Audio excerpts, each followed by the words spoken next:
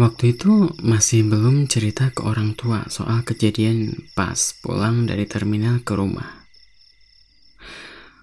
Tapi gara-gara satu insiden ini, semua orang yang ada di rumah pada saat itu mereka jadi tahu apa yang sebenarnya lagi ngikutin gue.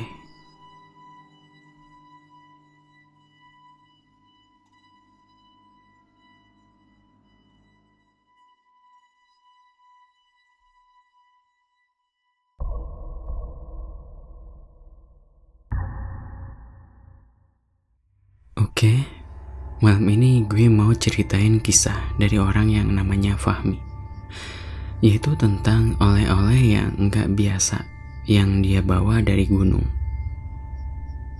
Berikut simak ceritanya.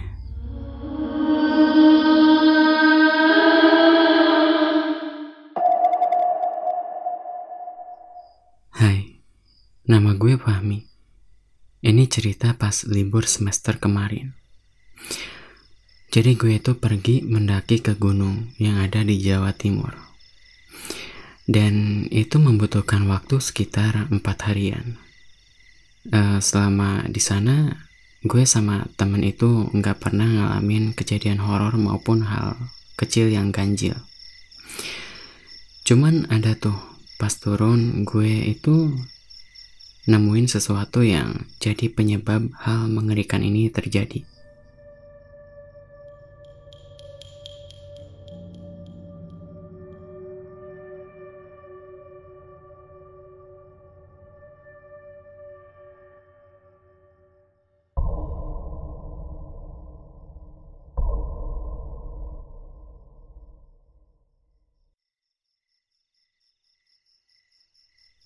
Singkat cerita, jadi gue udah selesai balik dari pendakian. Jelas badan tuh capek, lemes, tapi karena badan lengket semua, jadi waktu itu langsung mandi. Nah, di sini tuh sebenarnya udah ada hal yang bikin gue notice sama kejadian yang bakalan datang.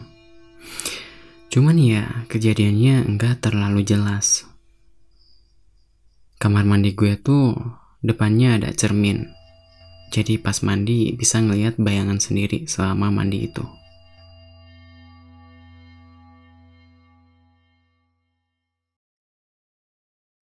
Nah, selama di saat gue keramas, pas mau guyur air ke kepala, sekilas gue ngelihat ada sosok di belakang yang warnanya hitam.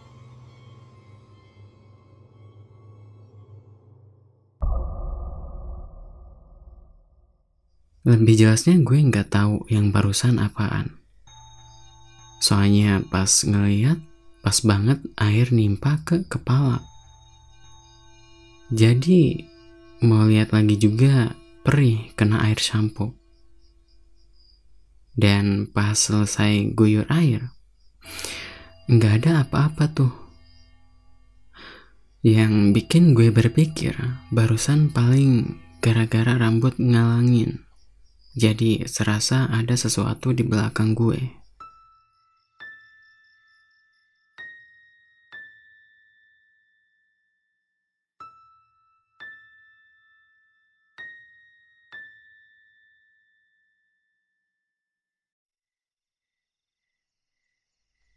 Singkat waktu, selesai mandi, gue makan kayak biasa.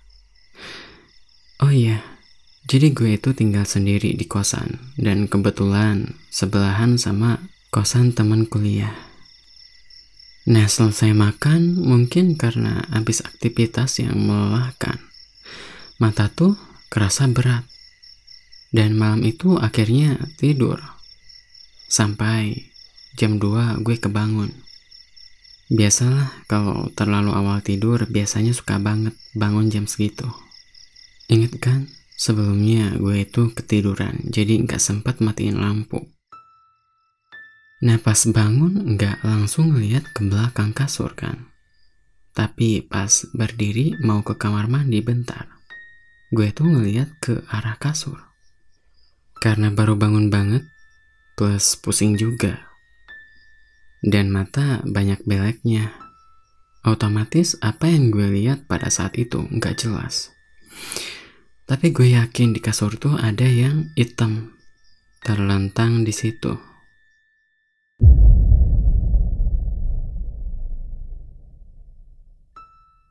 Cuman pas berusaha ngelihat lebih jelas dengan ngucek kedua mata, yang hitam ini nggak ada di kasur. Yang ada cuman guling sama bantal biasa plus HP. Udahlah, waktu itu nggak terlalu gue pikirin kan.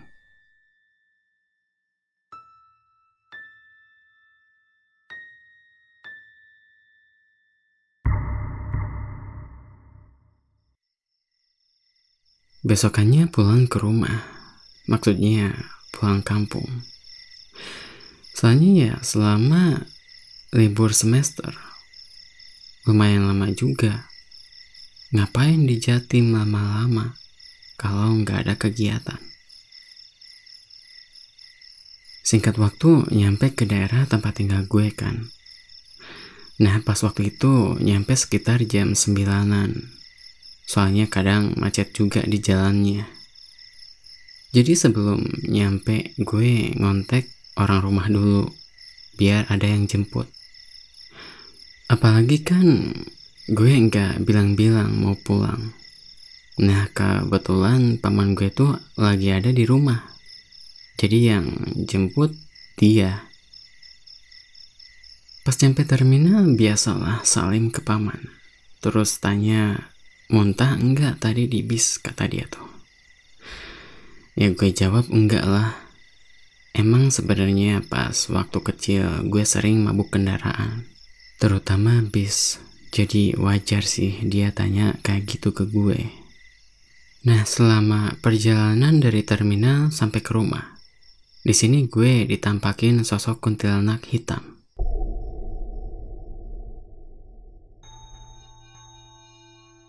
Dan anehnya sosok ini ada di belakang, kayak lagi ngeliatin gue dari jauh. Jujur sih, takut.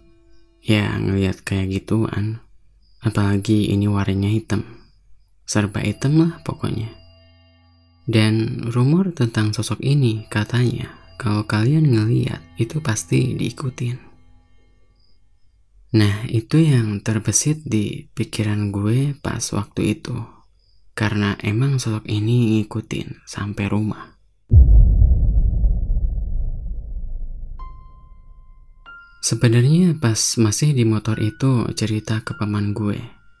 Cuman dia bilangnya udah gak usah dilihat.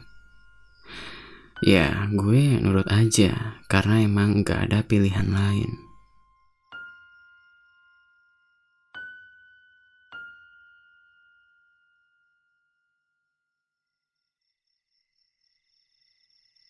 Sesampainya di rumah disambut ibu sama bapak.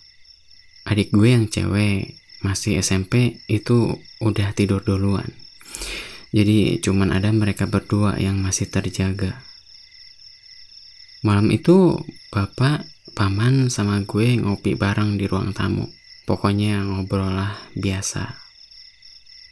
Abis itu karena ngantuk gue pamit duluan ke kamar. Sebelum gue tidur gak ada yang bikin gue notice sama yang tadi. Karena mungkin pikir gue rumor itu ya cuman sebatas rumor. Gak ada yang benar-benar bakalan kejadian. Singkatnya gue tidur malam itu dan malamnya kebangun lagi. Karena gue ngimpi dikejar sama sosok yang tadi. Itu pas bangun beneran capek banget sampai ngos-ngosan. Ya untungnya ngimpi kan, bukan bener-bener kejadian. Nah di saat lagi duduk di kasur, gue ngeliat ada yang ngintip di balik gorden. Waktu itu gue nyangkanya yang barusan ngintip itu adek gue.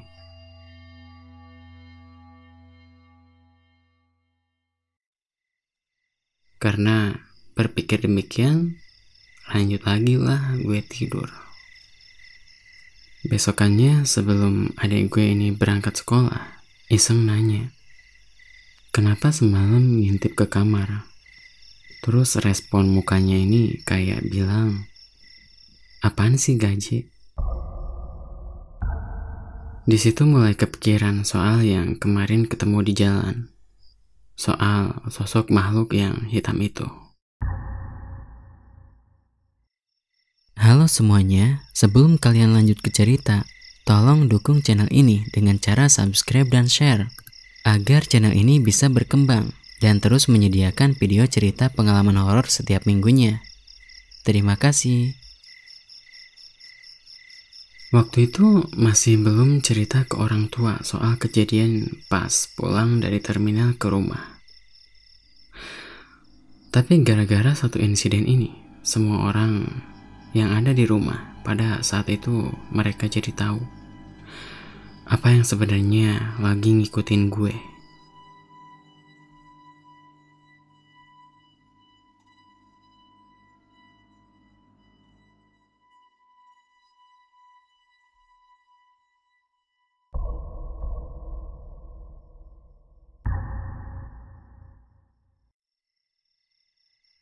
Sebelum puncak kejadian hal itu terjadi, jadi ada dua kejadian yang bikin gue yakin banget kalau gue tuh bener-bener lagi diikutin sama nih sosok.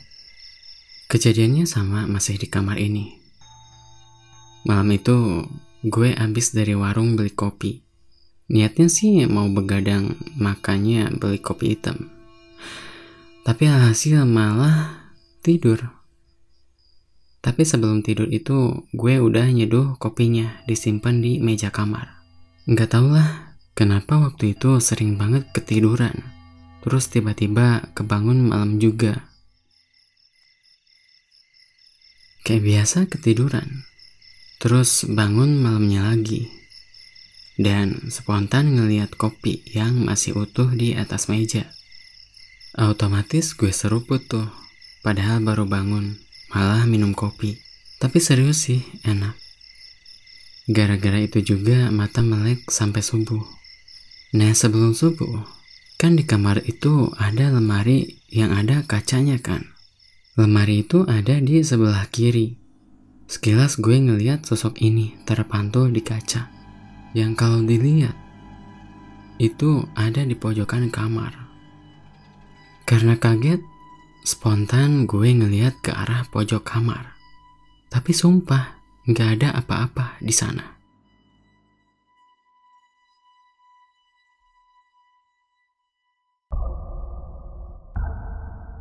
Kayak tiba-tiba muncul, terus hilang gitu aja. Di malam itu, gue udah mulai gelisah sama keberadaan sosok ini. Cuman belum bisa bilang ke orang tua bahwa gue tuh lagi diikutin sama satu eksistensi yang nyeremin.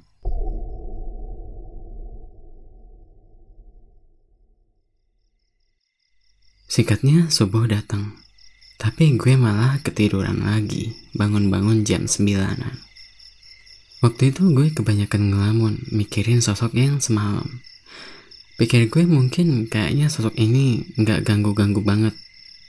Cuman muncul gitu doang. Bahkan kayak gak jelas banget. Soalnya gak bener-bener nampak fisik. Ya kadang gak jelas kelihatannya. Ya intinya gak bener-bener nampakin banget gitu. Baru aja gue mikir kayak gitu. Malamnya bener-bener nampakin diri nih sosok.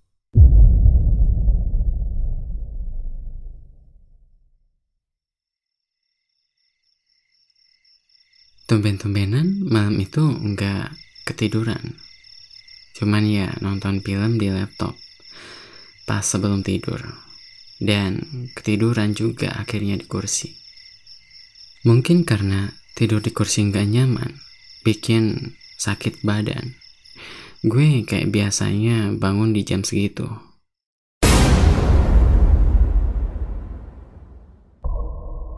Kayak tanpa basa-basi. Sosok ini muncul di pinggir sebelah kiri, dekat lemari. Padahal gue itu baru bangun dan belum benar-benar sadar kalau di samping itu ada sosok ini.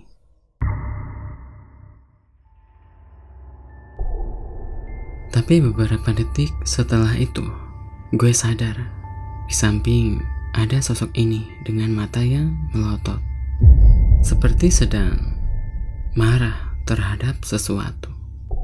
Dan gue gak bisa gerakin badan, bahkan sepatah kata pun gak bisa keluar dari mulut. Alhasil cuman bisa ngeliat sosok ini dengan pasrah.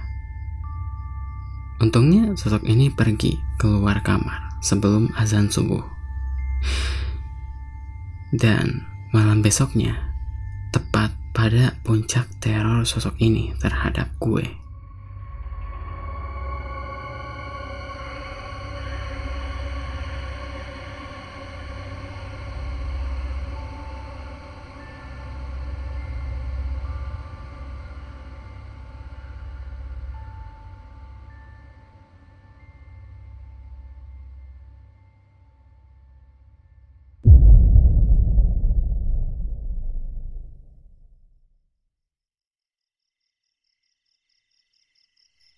malam itu sebenarnya gue ngantuk banget karena siangnya bantuin bapak bikin pagar kan. Tapi gue khawatir sosok yang kemarin datang lagi. Jadi diniatin buat begadang aja. Karena sejauh ini yang gue tahu, tuh sosok selalu muncul pas abis gue bangun tidur. Tapi karena mata berat banget, akhirnya ketiduran juga. Dan seperti biasa gue kebangun jam segitu, jam 2. Pas bangun, sosok ini ada di langit-langit kamar, menempel, dan menghadap tepat ke arah gue. Hal yang sama terjadi lagi. Badan tuh gak bisa digerakin, terus mulut juga gak bisa ngeluarin suara. Sosok ini perlahan mendekat dari atas menuju ke tempat gue terlentang. Sumpah, waktu itu panik, takut banget. Dan pas sosok ini udah mulai deket, mungkin sekitar 10 sentian, dari situ nggak inget apa-apa. Tapi gue ngerasa aneh, kenapa bisa tiba-tiba ada di gunung yang sebelumnya gue daki.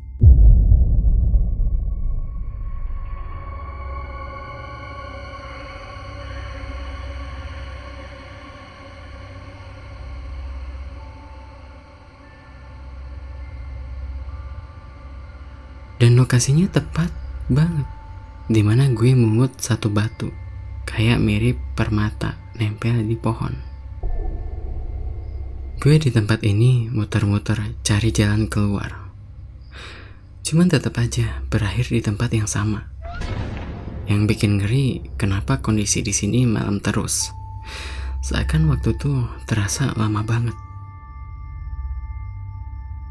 Di hutan ini jujur gue nangis. Masa gak bisa pulang? Seinget gue itu tadi ada di rumah loh.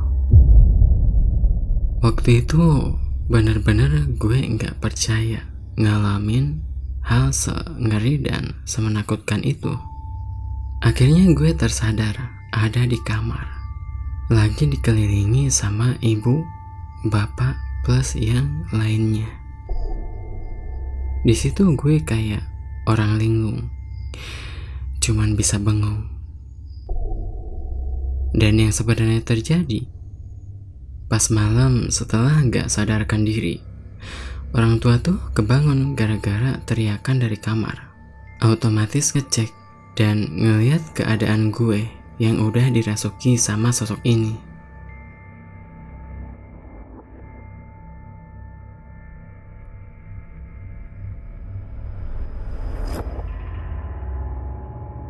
Awalnya gue tuh dikunci di kamar karena gak ada yang mampu megang pas selama dirasuki. Dan bapak tuh langsung minta ke orang yang bisa nanganin hal gituan.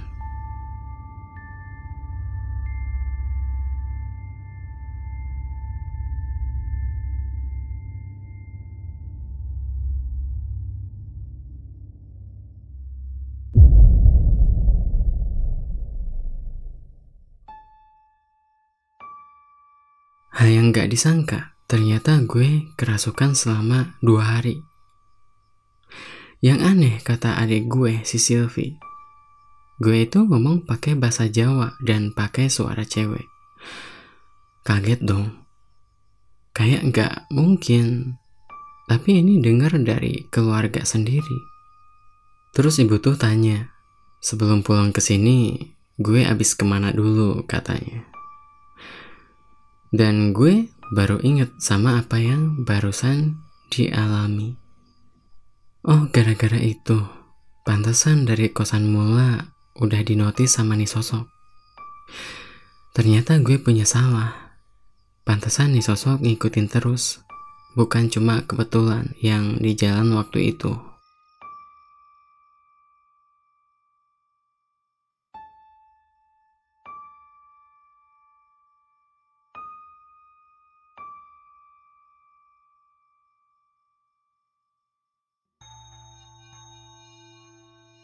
Dari sini gue belajar kalau main ke tempat orang atau kemanapun itu, jangan seenak jidat asal ambil sesuatu dari tempatnya. Bisa aja yang punyanya nyari-nyari kayak nih sosok. Mending sih kalau yang punyanya orang. Dan batu yang gue pungut dari gunung itu juga udah dikasih ke yang punya sama yang ngurus gue sewaktu kesurupan.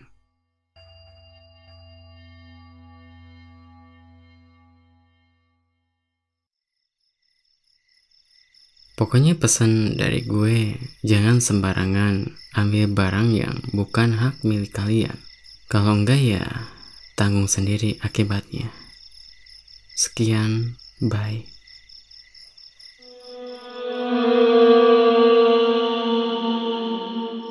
Gimana menurut kalian cerita horor kali ini? Serem kan? Jangan lupa subscribe dan share ya. Oke, sekian cerita kali ini. Thanks for watching. Bye.